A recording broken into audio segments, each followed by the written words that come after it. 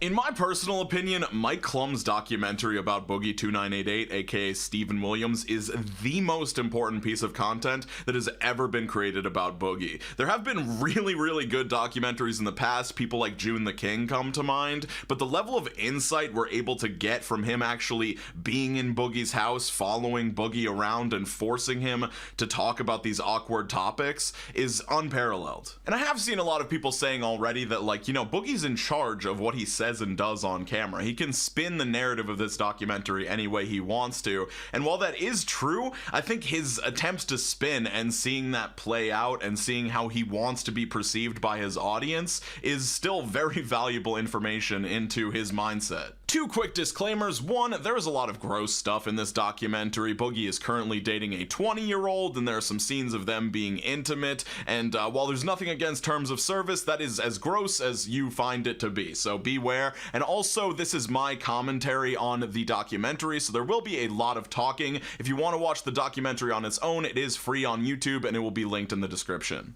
Now, I do have 9 pages of notes on the documentary, and I'm ready to go through it segment by segment, but first I want to talk a little bit about why I care so much about Boogie and his downfall on the internet. From the ages of, I want to say 17 to 21, I was not only a huge fan of Boogie, but I looked up to him and saw him as an inspiration. I didn't really care about any of the Francis Freakout sketches or any of the viral videos. I was way more interested in who I perceived to be the real Boogie, which was the guy I saw in his Draw My Life video who had suffered trauma and abuse as a child, but had somehow come out the other side, despite being 600 pounds, despite being bullied and having severe depression. He had a successful YouTube channel, and he had a girlfriend and stuff. Like, these are things that as like a fat, lonely 17-year-old, I was like, bro, if he can do it, I can do it. But naturally, over time, as I got older, I started to notice these more self-pitying patterns that Boogie would display, and I think leading up to his bariatric surgery, I was still hopeful that maybe losing the weight, he could turn everything around and improve on himself even further. But then with the whole divorce fallout and him letting the mask slip that maybe he wasn't this nice guy, I mean, this video that I'm going to be showing on screen during this segment is him destroying an effigy of his ex-wife. It was really a crazy time. I highly recommend the documentaries from June the King as some extra context to lead up to the Mike Clum documentary, because I could go on for hours about this. So the documentary opens up onto Boogie in a bathtub, and he's about to tell a story. Content warning on the story, and honestly the rest of this video, creepy, gross, weird things will be said and done. There was one girl, I don't know if I should talk about this, Mike, but I'm going to. There was one girl that I dated. She liked a lot of childish things. She liked rubber ducks. That's why I have some of these rubber ducks. And one of my favorite memories with her is us sitting in this tub, her playing with rubber ducks as I watched her, and then when we got out, I took her to bed. One of the best nights of my life, Mike. It happened right here. So number one, what the fuck did you just say, Boogie? That's fucked up as shit. To all the people that are like, Boogie is in charge of the narrative, he's controlling what we perceive, it's like, what does he stand to gain out of telling this story other than just leaving it all out there, being like, you cannot possibly theorize that I am any more fucked up than I am going to show you that I am. That's the only like big brain move that I can see Boogie doing with this segment. And this scene also exemplifies something that I see Boogie do a lot, which is bragging about something that is either subjectively gross, weird, or bad to 99% of the population, or is just generally bad overall. Like, you're looking at him and you're saying, this is horrible information, but the tone of his voice is just like, yeah, but it's pretty cool, ain't it, bro? So after that delightful little tale, we get into Boogie's finances, in which he explains that he doesn't really know what he's doing. His ex-wife used to run the books in the household, which, like, dude, it's been 5 or 6 years. He must know how to pay bills, but I guess he's trying to explain that he's not good with money. He put his entire life savings of $750,000 into crypto and lost $600,000 of it, pretty much leaving him at a zero net worth when you take his mortgage and his credit card bills into account. And the finances end up being the narrative framework for this documentary because it's following his life, and his life does revolve around trying to make ends meet as his YouTube career is going down the drain. Shit. I'm worthless. Yeah, this is the hard part. That's the reality.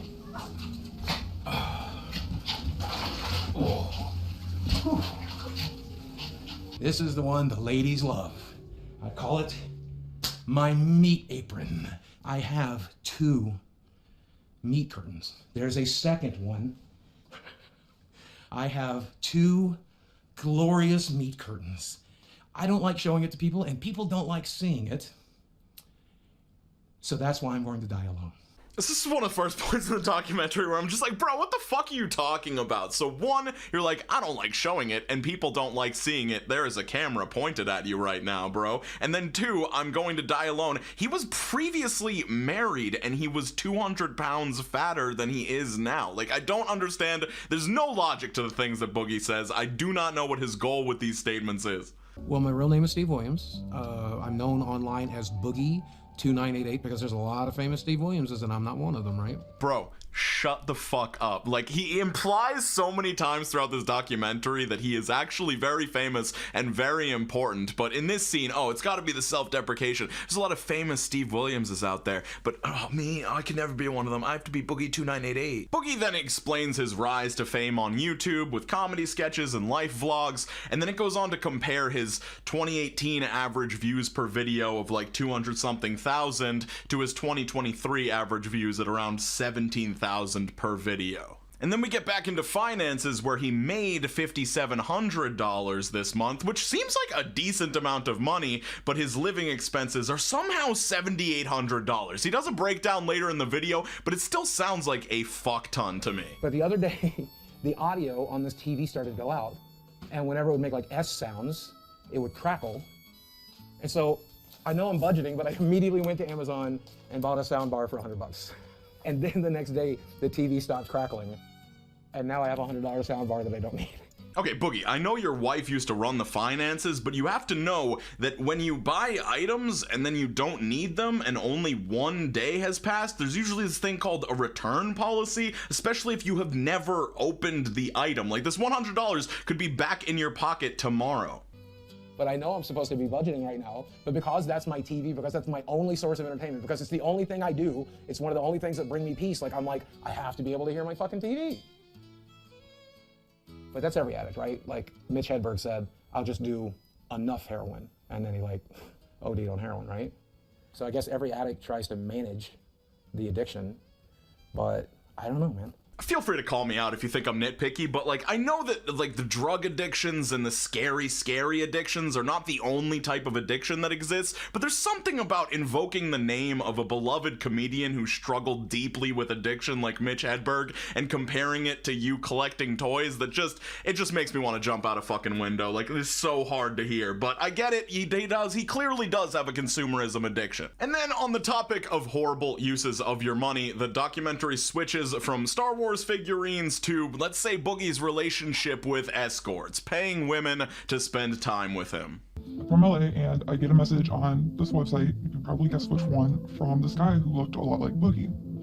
I took women on vacations, and I took them out to fancy dinners, and I took them to like Disneyland and shit. He bought me dinner, he got me a purse that we were talking about over messages, and he got me a couple gift cards, and he spent well over $5,000 on just that night. So you can see the financial breakdown on the screen. Only half of what Boogie was paying for was the actual fees for spending time with the woman. The rest of it was just voluntarily spending extra money. And it's really strange to me. It kind of seems more like he wants to feel like a baller when he's out than he just wants to spend time with these women. Also, sorry I keep saying spend time with these women. You know what he's doing with these women. I'll try and find another way to phrase it. You know the rules. The rules are we're gonna go out and eat. We're gonna have dinner, maybe we're gonna fuck, and you're gonna enjoy a nice lifestyle that you don't normally get to enjoy. So he was really funny, and definitely tell he was nervous. He did eat a lot of food. I'm pretty sure he got 2 entrees, which was very unique. It's not a revelation. I like beautiful women. I like to hang out with beautiful women, fuck beautiful women. We all do. I never got to do that. Pay attention to that phrase, I never got to do that, because it keeps coming up. It seems like he's entitled to this, and it's extremely expensive, even for someone who was making as much as him. And it's also like, fuck you, my ex-wife. Fuck you, every woman I've ever been with. I never got to be with beautiful women. Like, there's a huge fucking slight at those people in that statement. The women I dated were pretty, sure, but they were like Arkansas 8s, not LA 10s. With sugaring, I got to fuck some LA 10s, and I think that's cool. There's just something so fucking off-putting about the way that he phrases all of that. Like, this is fucking cool, I got to fuck LA 10s. It's like, he didn't just want to fuck LA 10s. He wanted to be with these beautiful women, be seen with the beautiful women, be bawling out with them. He wanted to feel important because he does not feel important as a person. Anyway, let's continue. Sorry, I was gonna play a clip from the video, but this part has like a recreation of Boogie meeting up with the escort, which is why actors were hired. Some people were mentioning, oh, the documentarian hired actors, this is all fucking fake and made up. It's like, did you not see the reenactments of certain things in the story? But anyway, she explains that she slept with Boogie and she was grossed out by him, and this is part of the reason why she is no longer in that line of work. But it's a little bit of a loaded statement because she did make so much from this transaction that it helped pay for her nursing school, and now she's like married with kids and stuff, so it's kind of a win-win at the end of the day. But regardless, it then shows him browsing the sugar daddy website seeking arrangement, which I think is just for show, because I don't think he's actually gonna purchase one of these women or whatever the fuck you call it, purchase a night with them or whatever. But he does make a really interesting statement at the end of this segment. She's definitely a little thicker than I necessarily would always go for, but there's nothing wrong with that.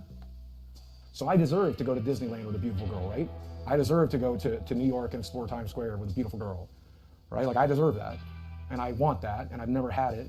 And what the fuck does he mean by that? Like, you might want that, like, and you could say you've never had it, fuck my ex-wife, fuck every woman I've ever been with before this point, but like, you deserve to go to Disneyland with a beautiful woman, you deserve to go to New York with a what does that mean? What the fuck?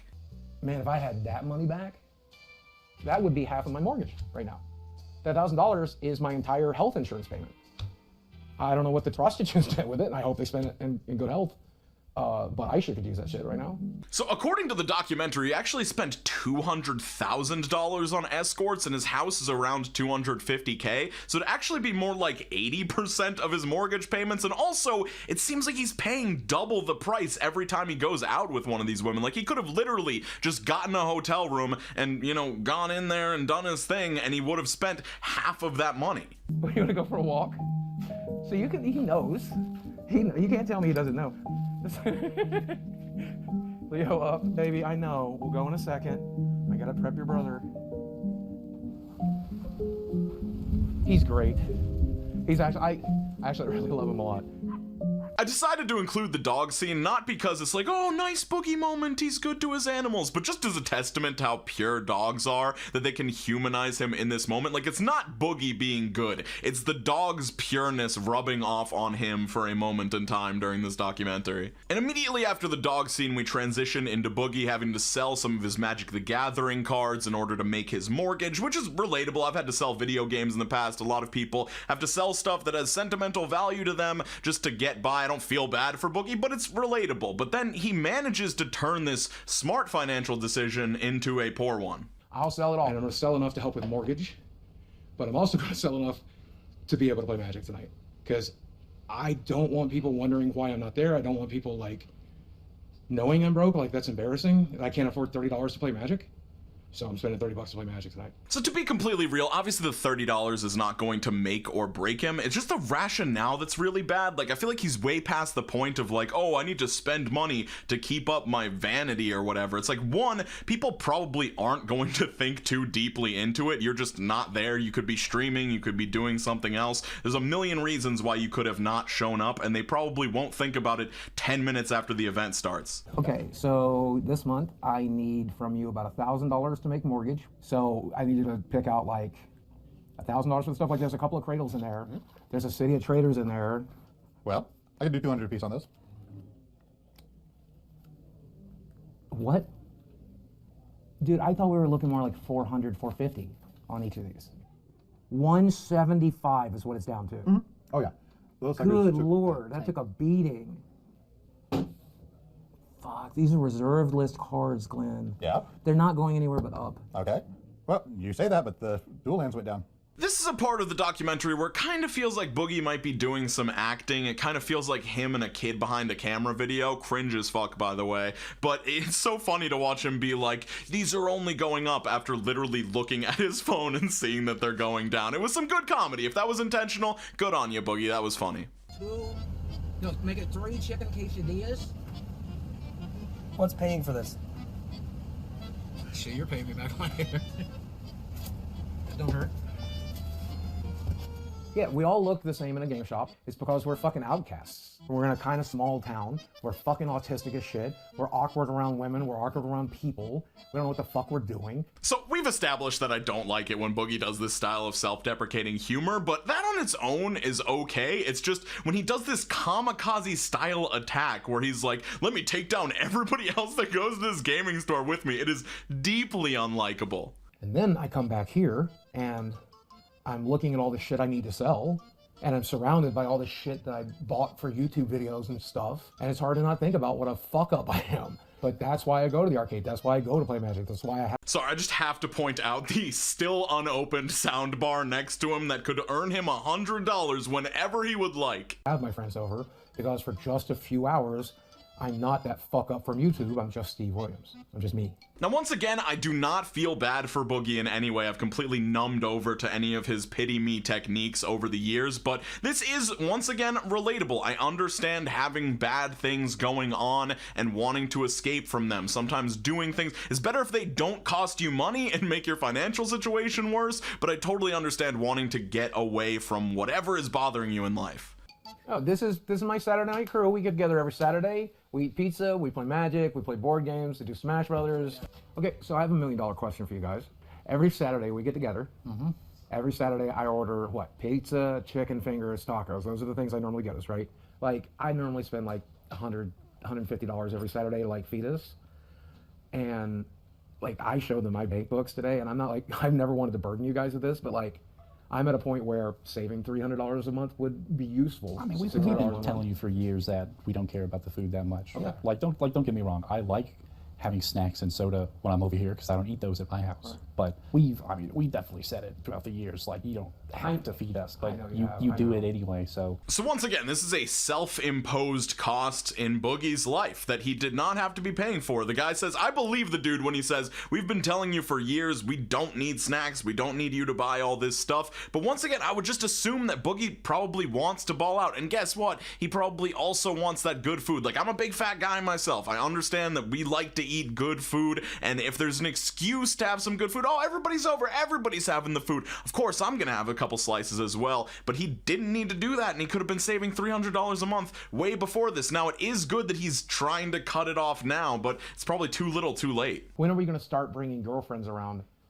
Also, when are we going to start bringing girlfriends around that aren't hookers? Because that's all I brought around for 5 years. Boogie, you were the only one that was bringing escorts around. Stop saying we. I mean, like, we haven't had like legitimate girlfriends over in a long time. You haven't dated in a while. You haven't dated in a while. I mean, yeah, a while out. That's fair enough, yeah. Please shoot your best guesses in the comments, because I cannot comprehend why he would bring this up. Like, he knows that they haven't brought girls around in years. Why mention it? Why say, oh, when are we going to start bringing girlfriends around? Like, they have girlfriends at home that they've just been hiding from him. I think he's a good guy, yeah. I think that Boogie's definitely a good guy.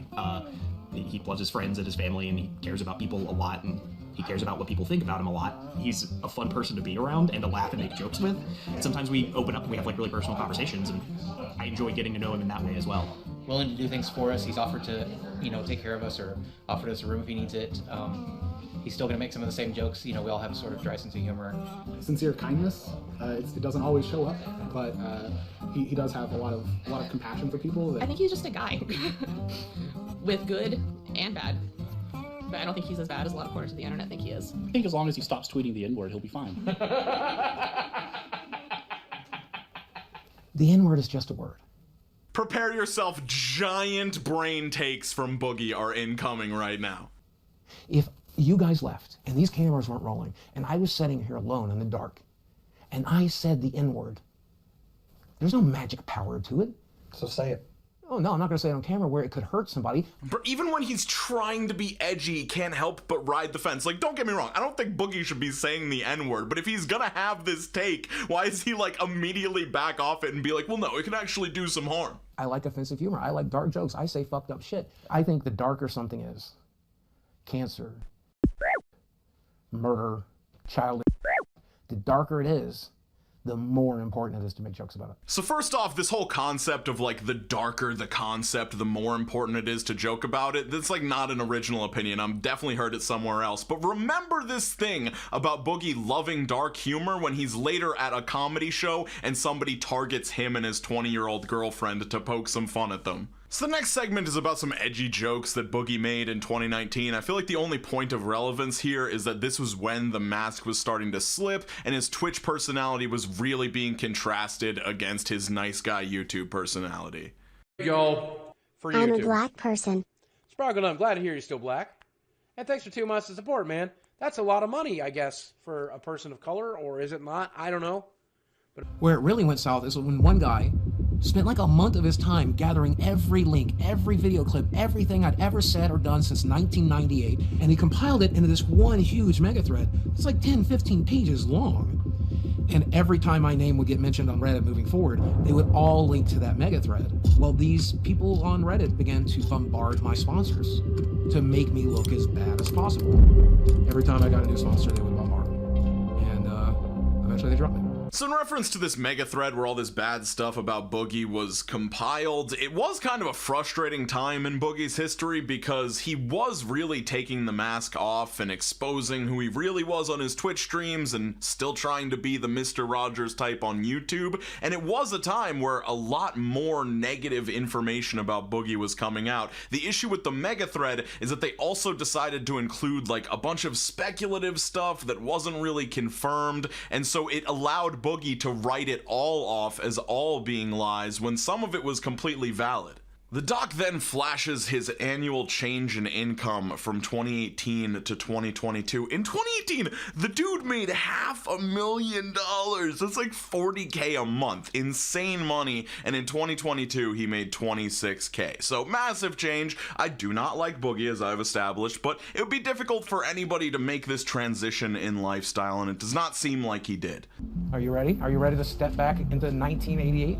You ready to go back to my childhood? Because that's what's behind Cuestar.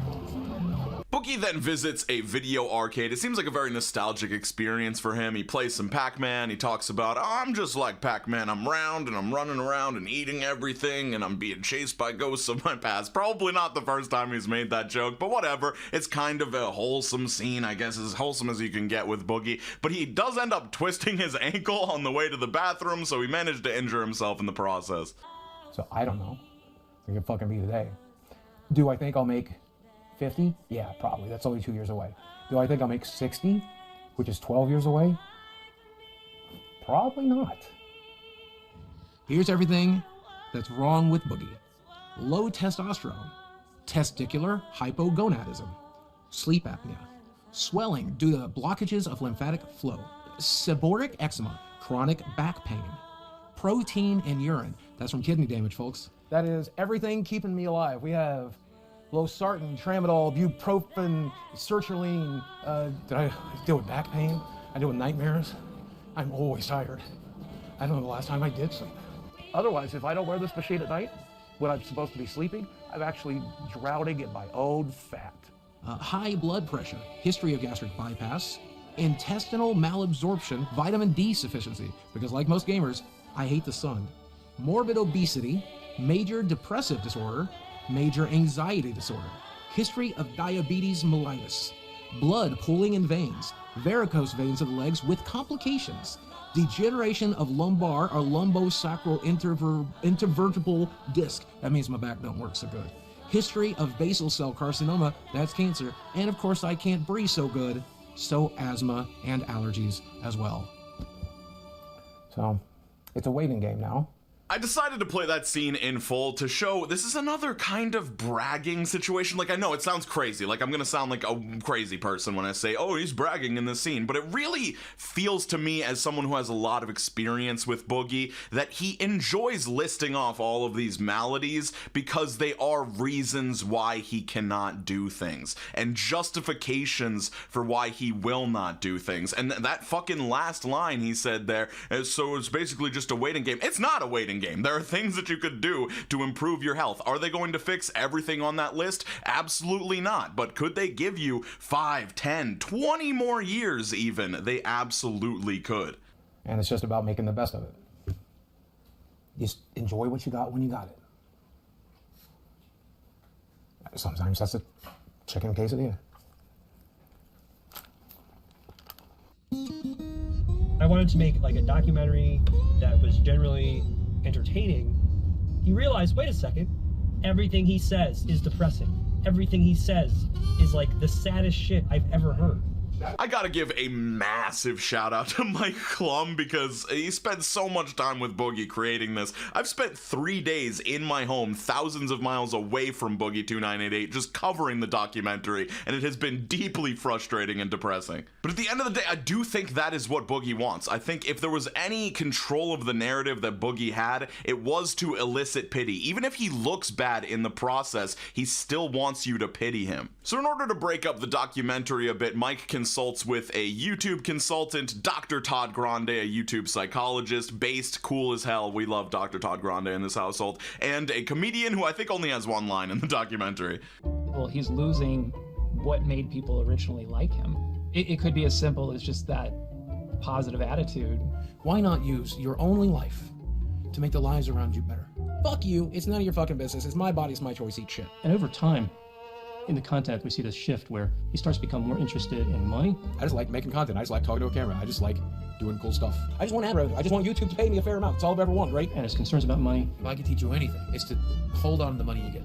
Oh, are you trying to manipulate people into giving you money? The answer is yes. Give me some money. And more interested in complaining. I couldn't be more grateful. I couldn't be more grateful. People want to comment. Thank you. I'm a walking embarrassment, dude. They do. Look at me. I'm fucking disgusting. Better, I'm a piece of shit. I will never function the way you function. It's not possible. I want to pause it here because I think that this is the single biggest reason why Boogie has lost so much of his audience and so many of his like deeper, truly rooting for him fans, is this switch from positivity and attempting to look at the bright side of things or look at the hope in the future to this pessimistic, please pity me, I can't do it, it will never happen type mentality. Like, it was brutal for me to watch this transition as the person that I described at the beginning of this video, somebody who looked up to him and saw him as an inspiration. Like, it always seemed in his earlier videos like these difficulties, they were in the past or the ones that were still happening to him. You know, he had the perseverance to push through them, and that just disappeared post 2017. Okay, that last statement was kind of mischaracterizing it. It didn't fully disappear post divorce, but it just became this state where, yeah, there might be an optimistic statement within a video, but that statement or that sentiment would be surrounded with excuses, reasons, doomerism as to why it wasn't going to work out. But you know what? We'll keep trying. That's why if you're griping to your viewers, if you're complaining to your subscribers, I mean, that just leaves a sour taste in people's mouths. I think my window's closing. And if it's not closing already, it's already closed. Right, so if there was money to be made in making people feel depressed, I think Boogie would be in the right business. Like, that's just my life philosophy at this point. Just face down in the mud. That's pretty much how we live our lives. Then, and this is something that a lot of people can kind of relate to, a medical bill appears that Boogie was not expecting, and it pushes his account into the negatives. The last of my money. And so much of that money is going to doctor's appointments and tests, and all of that is just to fucking stay alive. So according to Boogie, he pays over $3,300 per month on medical stuff. Now, $500 of that is past medical bills, I think. $800 is health insurance, $750 is for doctor's visits, $950 is for physical therapy, and $325 is for labs. Now, that sounds extremely high to me. I don't know, anybody who has like high medical bills, let me know if that's a regular thing with $800 per month health insurance. Maybe it's all the pre-existing conditions, but even if this is all completely true and 100% necessary, it's that much more inspiration to like try and lose weight and get healthier, because you will literally be making yourself money. There are plenty of different content creators that have various mental illnesses all over social media, and some just say, it is what it is, and this is what I'm going to do. Boogie tends to be really obsessed with this idea that it's favorable to have people feel sorry for you, and that kind of victim mentality where you can get further in life if people have compassion on you, regardless of the reason they're doing it. I look awful. If I look like I've been through hell over the last couple of days, it's because I have been. Most notably, I've ruined my body. Like Jerry, I ruined my own career. Maybe it was the imposter syndrome. Maybe it's because it's been a method of, I think covert narcissism is the right phrase. Like, oh, look at how pathetic I am. You should feel sorry for me. You would never be mean to me because I'm so pathetic, right? Oh, I'm so fat. I'm so weird. I'm so goofy. I'm such an old man. I grew up in an abusive family and an abusive home. The amount of pain that's in my head and my heart is... So vulnerable narcissism has a number of characteristics. A person can be considered a vulnerable narcissist without having them all. So with vulnerable narcissism or covert narcissism, we see pessimism. I feel defeated and confused and lost all the time, every day. Hypersensitivity to criticism. I can't handle this kind of hate. I can't handle these types of attacks. I can't do it. Reactive anger, so they're not really thinking things through. Is this what I have to do? Who goes by Boogie2988 was booked into the jail this morning. Need for admiration. Can I get a round of applause? The self-centeredness. I'm the perfect victim. I have been victimized my entire life. A sense of entitlement. You guys want to help me pay for my Tesla? Please go ahead and dig deep. I sure would like a free fucking Tesla. Believing oneself to be special. How many kids went on to get 4.5 million YouTube subscribers? One. Steven Williams! You're just watching the same things over and over again. What's up? Ladies and gentlemen of YouTube, Boogie2988 what I dropped in Power Hour. This is my rambling series. This is my podcast series. What is someone's life like? Things that are particularly interesting to me. Boogie2988. His fall from grace is so catastrophic. I'm not happy about it. People are sick of the shtick. I think this part of the video is brilliant, not because anybody's gonna diagnose Boogie with a personality disorder through the internet, it's just you can see a lot of the traits of narcissism, of like, you know, a subclinical level of narcissism, are present in Boogie. And I like the part where the comedian says like the shtick is just old, because that's exactly what I experienced as a Boogie appreciator, somebody who looked up to Boogie, was seeing that same rambling video happen every week and the same problems arise. And I would really use this as a cautionary tale to anybody who wants to create an internet presence at some point. Be extremely careful with what you share with your audience, because it could end up getting extremely repetitive and people will become overexposed to you, and that problem gets even worse when you start requesting help from your audience because they start to see, hey, I'm donating to Boogie every single month and he still has the same problems every single month. Like, where is my money going? It's just breaking him even at the end of the day. And what would you recommend to him now to get his viewers back? I don't think he's getting his viewers back. I don't think that's a possibility. I think the only thing to do now is go a different angle. But I don't even know if that's possible. I mean, I'm not going to say it's impossible, but how do you change yourself? Like, viewers are smart. Like, they want to see you. They want to see what you're interested in. I really like that statement of viewers are smart, because it is true, and I feel like a lot of YouTubers like think that their audience is like dumb or whatever and won't realize when they're trying to put on a face or something like that. I mean, I was one of those dumb viewers for years, but I think it was because for years Boogie put on a much more complete face of this guy who was trying hard and was trying his best to be a good person, and as that mask continually slipped, it just got harder and harder to believe, and once the mask comes off, you can't put it back on. And to Boogie's credit, recently, since this documentary has come out, he has put out a couple like gaming news videos or whatever, which is what his audience has been begging him to do for years, like, go back to your roots. So some credit to Boogie is due in that case.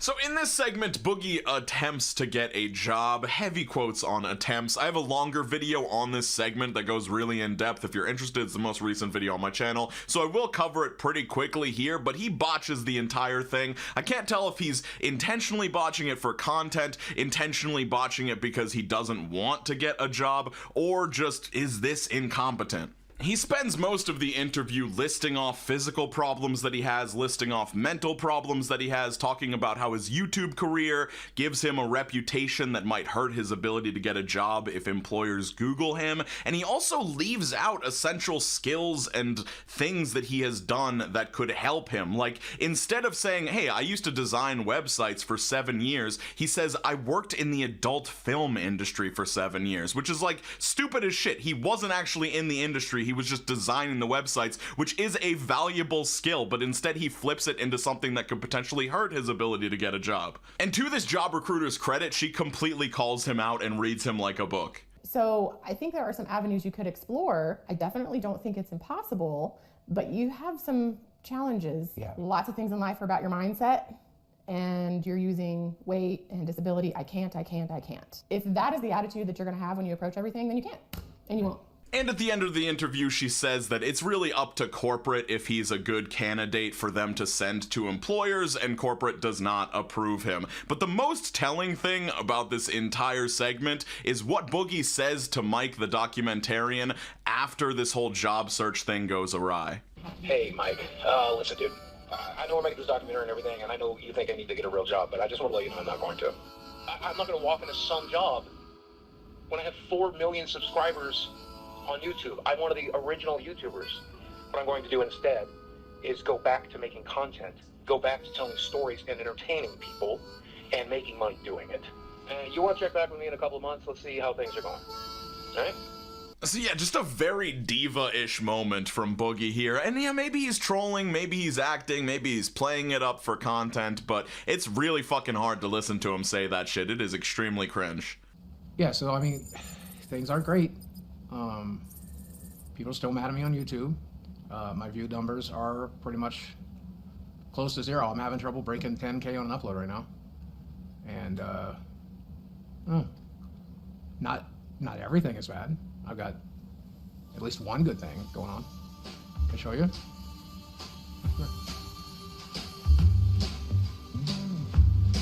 So this is Desi. You can call her Desiree. Yep, Desiree. We've been dating now for months. Yeah. So yeah, 49-year-old Boogie2988 has a 20-year-old girlfriend, and you would think that's bad. That's pretty bad. It couldn't possibly get any worse than that. But somehow this relationship manages to be less healthy than you would even imagine based on the information presented. I don't know what it was. I guess it's his energy, his curly hair, his glasses. I must be into nerds. I don't know, he's just adorable to me. I like him. He was going through a lot, and I randomly hit him up on Instagram, and I told him that I support him and that I'm always here for him and stuff. And so it started from there. On paper, it just doesn't really add up, right? It doesn't make sense on paper, but then practice and in reality, there was just something there. So it was pretty crazy, but I just felt it. I felt an energy connection to him before I even met him, and I don't know, that's just how it is. And then the longer we spent talking, I don't know, eventually you just realize we're the same person, doing the same thing, living the same lives, just at different stages. And I can see myself getting married to Boogie. I could definitely see us getting married.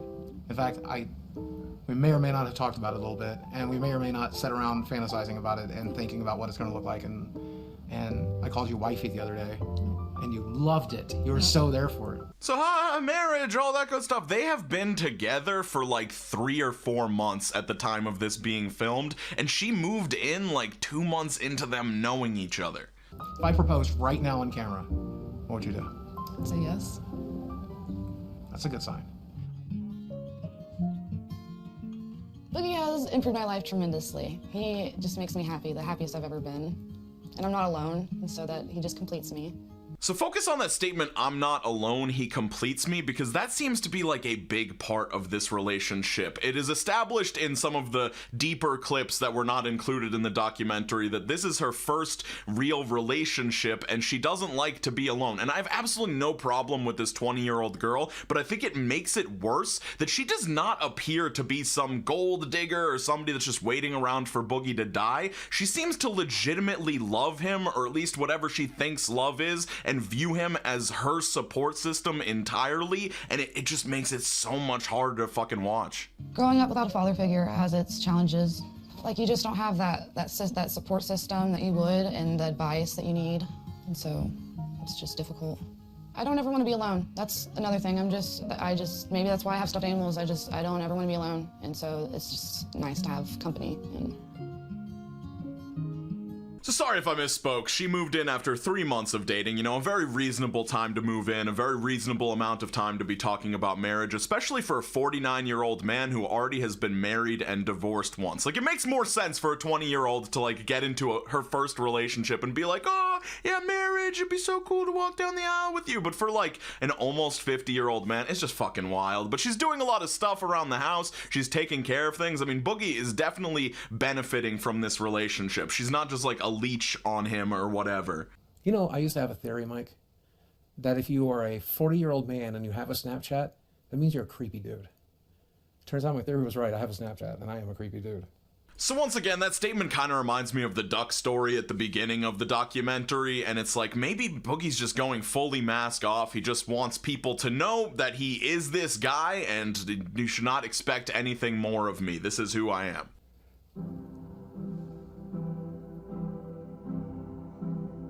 I found that person and they happened to be 20. And I get that it's creepy to date somebody half your age or younger, but people can call me creepy if they want. If she's happy and I'm happy, then I will be the biggest creep you need me to be, as long as her and I are happy. You can be as mad as you want.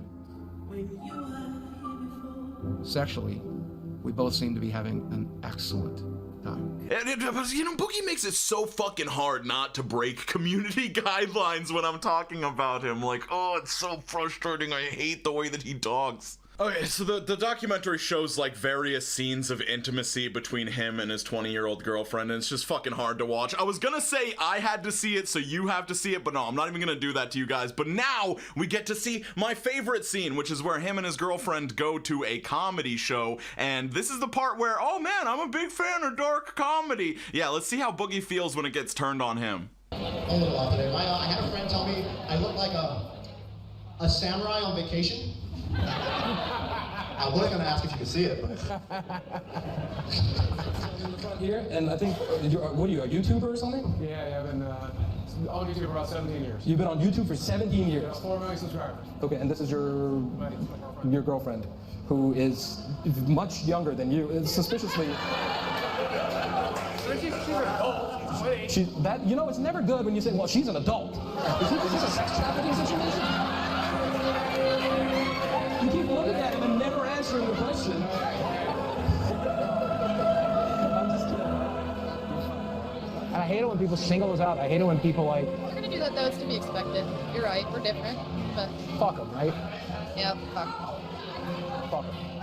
I hate it when people single us out. And she's like, she gets it. She's like, yeah, I mean, we do look different. They're going to make fun of us. It's a fucking comedy show. It's to be expected. And he's like, yeah, but fuck them, right? Yeah, they're freaking dicks, man. He's not manipulating me. I love him for him. He doesn't control me. We're a team. He supports me in everything I do and everything I want. He's my support system. So once again, absolutely nothing against this 20-year-old girl. She actually seems like a really nice person who's just in a weird situation because of the circumstances of her life, but like a single person should not be your support system. Like a system implies that there should be multiple parts to it, because when it's one person and that fucking person is Boogie2988, it's not going to end well. So if I'm broke, if I go broke, okay, if we end up back on disability and it's me, you, and Chad living in some small apartment, and we're eating McDonald's every day, and that's treating ourselves.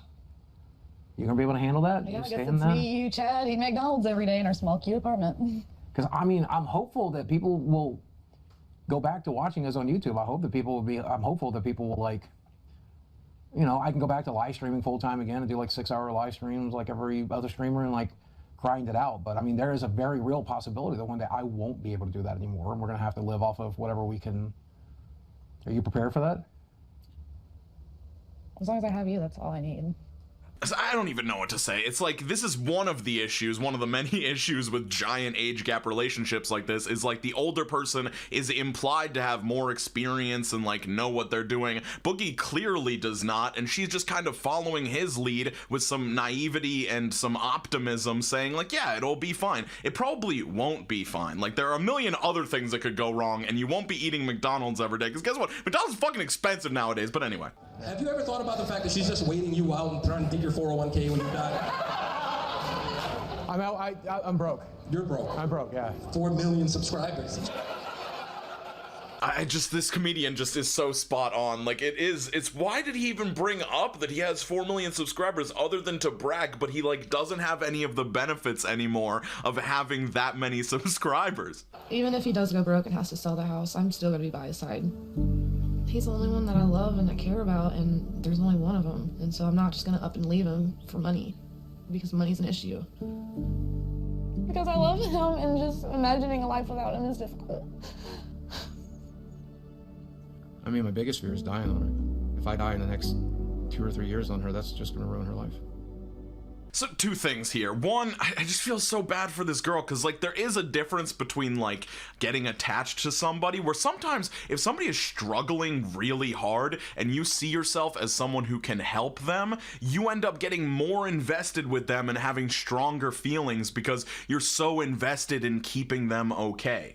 And then we've got Boogie on the other side, who's like, man, yeah, I'm worried about dying. Like, if I die in the next 2 to 3 years, it's gonna be so hard for her. Like, he always does this thing where he sets up these weird goalposts where it's like, yeah, it's probably gonna fuck her up really bad if you die at all. Like, if you died tomorrow, it would probably be easier for her because she hasn't been invested for so long. Like, the further that she continues to dig in her roots, whenever you die, it's going to be fucking catastrophic. I really want you to understand how actually sick I am. Like, I don't know if you actually get it, but this is my health summary. This is everything that's currently wrong with me. My risk for stroke or heart attack is astronomical. I am essentially a walking time bomb. And I'm so fucking sorry for that. I really wish I had taken better care of my body. Yeah, I know. Once again, and this happens a lot, you're just gonna have to trust me on this, but Boogie says this sort of thing all the time. I wish I had taken better care of your body. Like, bro, life is still continuing. You are not dead yet. You can turn a lot of these things around. Like, sure, you're probably not gonna live to be 100, maybe not even live to be 90 or 80, but like, there are many things that you can do to extend your quality of life and just the length of your life. Like, it's not fucking over, and you need to stop talking like that. I'll never be ready for it, but I know. I don't want you to be alone. I want you to be alone. Okay?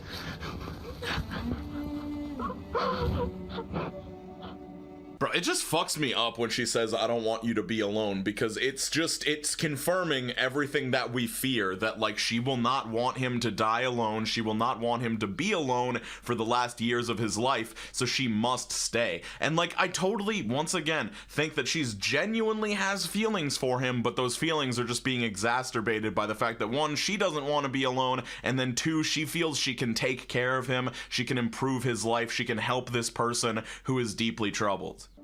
I've talked to my therapist since me and her have been together about overcoming it. My therapist keeps telling me the same thing. When you learn to love yourself, all these things will fall into place, and we just got to teach you the skills. And then I turn to my doctor, and I'm like, what do we do? He's like, you've had bypass surgery. You lost 200 pounds. What more can I do for you? I'm like, fix it, dude. Help fix it. And then they're telling me that I'm the one that has to fix it. I don't know what the hell I'm doing. And I'm making less and less every month, and I'm scared shitless.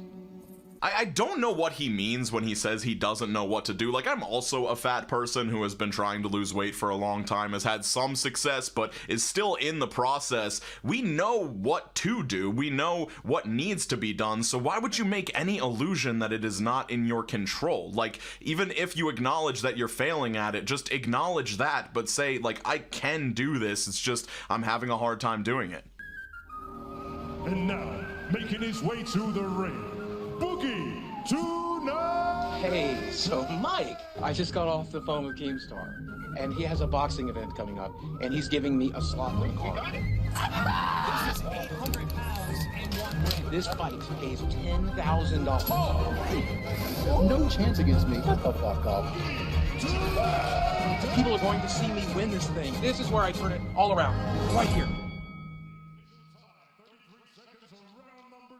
Referee Shaman stops the contest, and therefore your winner, Wings of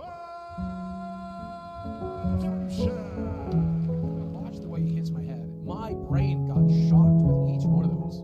It's ricocheting against my skull. Man, man, the Boogie fight against Wings of Redemption. The second this fight was announced, I knew that Wings was going to win because 1, he's younger, 2, he clearly has a lot more muscle mass, and 3, he just seemed to care a lot more about the fight. And in my opinion, this was one of Boogie's biggest missed opportunities because he could have created so much content around training for the fight and how he was eating around the fight. Like, I could think daily workout vlogs, maybe not every single day, but like maybe what I eat in a day leading up to the fight. Like, I could probably come up with 20 video ideas for Boogie revolving around preparing for this fight. And with his audience of people that still want to see him succeed, one of the biggest things they want to see him do is lose weight and get healthier. And this could have been the perfect opportunity to make tons of money and lose weight, but he just kind of didn't do that at all. There was very little content leading up to the fight and almost nothing having to do with training.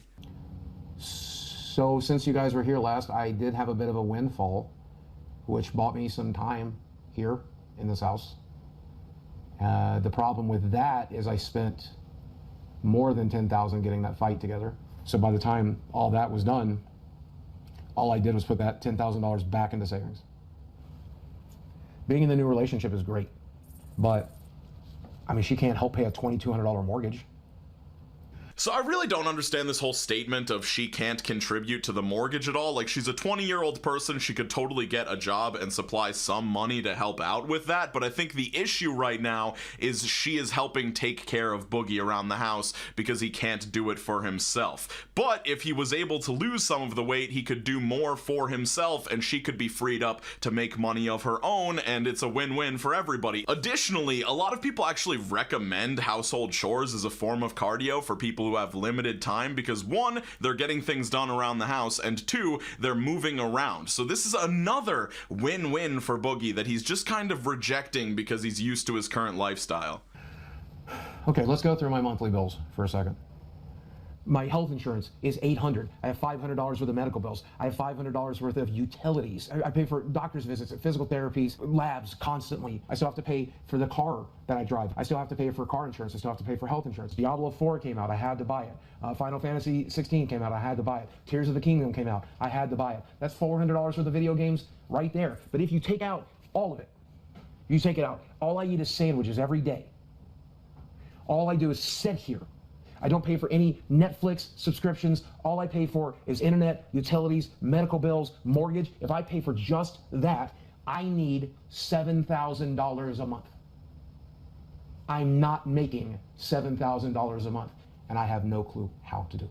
So I know that the arcade machines in the background were probably on for lighting reasons, but when the man is talking about his utilities and he's got like 6 giant arcade machines just running on demo mode, nobody playing them, it is a little bit comedic. Also, please, if anybody knows a lot about like the medical industry and how much things cost or like just budgeting in general, can they let us know if this $7,000 number makes sense? Because yeah, he lists all the numbers out there, but the medical stuff is doing a lot of heavy lifting and it just sounds like a lot to me. Also, I almost let it slip by that there was $750 in dates there. Just unnecessary. Like, I understand people gotta eat food, but buy some chicken, it's the cheapest fucking meat in the store. Buy some rice, it's the cheapest grain. And you'll be eating healthier and you'll be saving money. So there's something I've always wanted to try. There's a lot of research that came out of Europe, and now we're doing it here in the United States, where psychedelics can help reset certain brains. So whatever research is going on with psychedelics and mental health, no mental health professional or doctor is claiming that psychedelics are resetting brains. That is nonsense. People who experience childhood abuse, people who've gone through trauma, people who deal with post-traumatic stress disorder, and I'm all of those. To be honest, I'm scared shitless. It's one of the only things I haven't tried yet. So let's give it a shot. Just a warning to anybody, yes, there is research going on with links between psychedelics and improved mental health, but we are very early in those stages. I'm in the fucking research group, but like, often you do not want to be part of the research group for things like this because these drugs can very easily exacerbate mental health issues or cause you to relive certain traumas in a way that is not cathartic whatsoever, so just be careful. My given name is Ryan Arthur DeLeolio, and I've adopted the name Flaming Star. There's one thing that's undeniable, is that there's always this question about why? Why am I here? Existence. What's really happening? Who am I? That's what happens when you seek out hallucinogenics. It's gonna allow everything else physically here to relax. The emotional stuff is gonna come out, trauma's gonna come out, but afterwards your atoms are gonna go back into their original positions. That's why. He'll be mind, body, and spirit all one together. We're all connected. I believe When it. you get to a certain point of understanding inside your intellect mind, that connectivity, you realize your hands are basically like USB ports. So I mean no offense to this shaman. I do not know how effective his practices are. Maybe he's really helped people. Maybe this has helped him, but he does kind of sound like every person I have ever met that has taken way too many hallucinogens. Okay, so I think we've been about 20 minutes in. About 15, yeah. About 15. So we're about 15 minutes in, and I started to feel things are kind of wavy and kind of disconnected. It's kind of like my brain works on multiple channels, and like I have to pick and choose what I'm concentrating on. I've driven balls. I have no clue where the fuck I am or even who I am.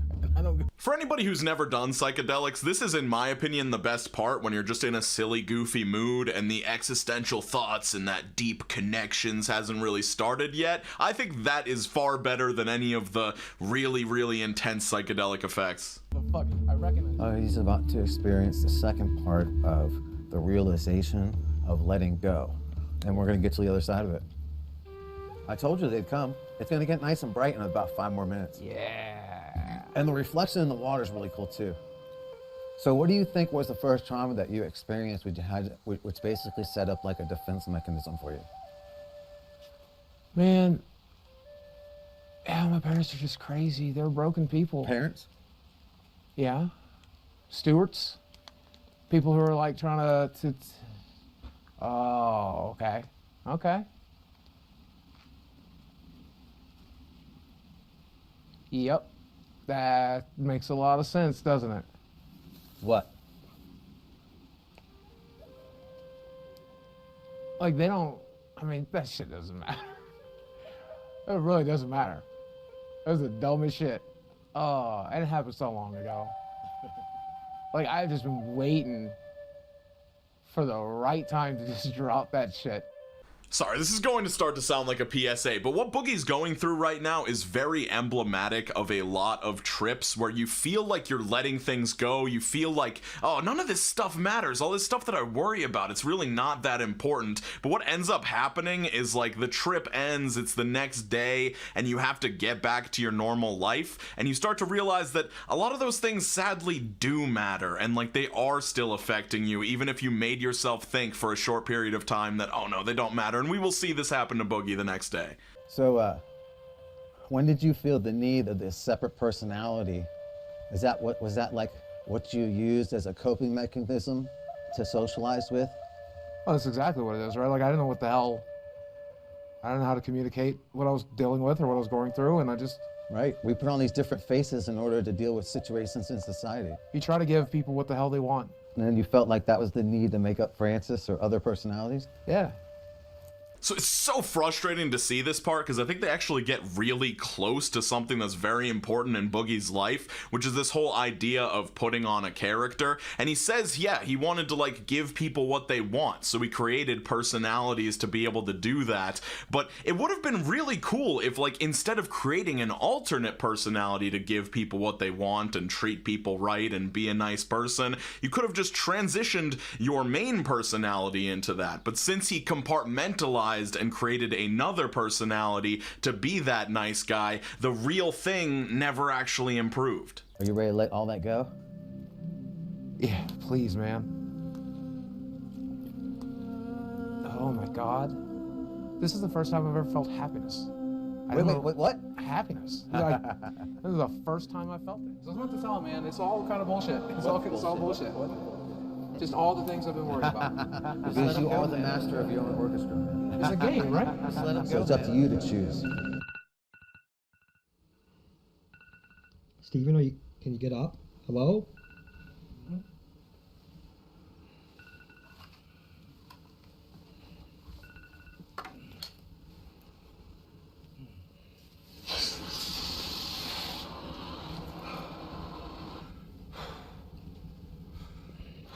still not sure I'm like really here yet. I don't really want breakfast. That's a change. Jesus. Oh, guys. Let's go. It's just all bullshit. Like, none of this matters. None of it. It's all a construct. It's all a simulation. It's a fucking video game. So this is exactly what I was talking about earlier with that, like, this doesn't matter, like, all these things, they're so silly, we're in a simulation, it's a video game. That feels so real to you, like, during a trip or, like, right afterwards, but then the bills come in, and then things happen, and you're like, fuck, no, this shit is real. I will actually lose my house if I don't fix this. You know when you die, I think I died last night. Physically, my body was fine, but I think I went back into the void we come from, and I think I'm still in it, except I'm also in this physical corporeal body, but I'm also the incorporeal being that puppets it and controls it, and god damn it, I feel like I'm in control. I feel like I'm in control of myself for the first fucking time. So a little bit of a spoiler alert, the second time that Boogie attempts this psychedelic therapy, it goes much worse, and he makes an extremely dark video that he posts on his channel and then deletes, talking about how he had a really bad time and it really exposed him to his trauma in a way that kind of re-traumatized him. Exactly what I was talking about could potentially happen earlier, so don't get the idea of like, man, yeah, no, he's fucking reactivated now, this totally helped him. It did not. Like, it may be part of the process. Like, I'm not gonna say it was completely negative, but it just wasn't like a quick fix. It wasn't an instantaneous, like, man, things are different now. The stuff that I normally worry about, like worrying about my finances, worrying about my internet, worrying about what people think about me, it's all so incredibly stupid. It's all just bullshit. I think I'm gonna enjoy making YouTube videos again. I think I'm gonna enjoy live streaming again. What's up, ladies and gentlemen of YouTube? Boogie2988 coming at your lives again to the power. When I make a video, 10,000, 15,000, 20,000 people watch. That is still my dream job. Everybody falls off. That's part of the deal. Every single month. He had tons and tons. You start off as a nobody, and for a short period of time you're a somebody, and then that star burns out like every star does. I was lucky enough to get hit by lightning. I was lucky enough to get to live my dream. I was lucky enough to get to enjoy all of that, play this game the way I wanted to play it. I'll be gone one day too. But for one brief moment, we got an opportunity to shine really bright. And that is essentially the end of the documentary, and even as a Boogie2988 disliker, I think I would have been cool with this bow wrapping up on the end of things, like, hey, you know, my star shined very bright, and now I'm just gonna try and make ends meet until I eventually pass away, and I'm blessed to have experienced what I experienced. I think that would have been okay. The issue is he brought a 20-year-old girl into all of this who will have to experience his end of life. Like, if everything goes perfectly for them, and they stay in love until the end of his days, she will still have to bury him, and she will likely realize how weird everything was as she gets older. Bro, I'm not gonna lie, I'm trying to come to a conclusion about this documentary, but I feel absolutely trashed right now from this experience. I guess one of the things that I like about it is it really displays a Boogie cycle well. Like, there's all this negativity and darkness, and then at the end there's like this momentary hope and optimism, and you know what, we're gonna try and turn things around, and usually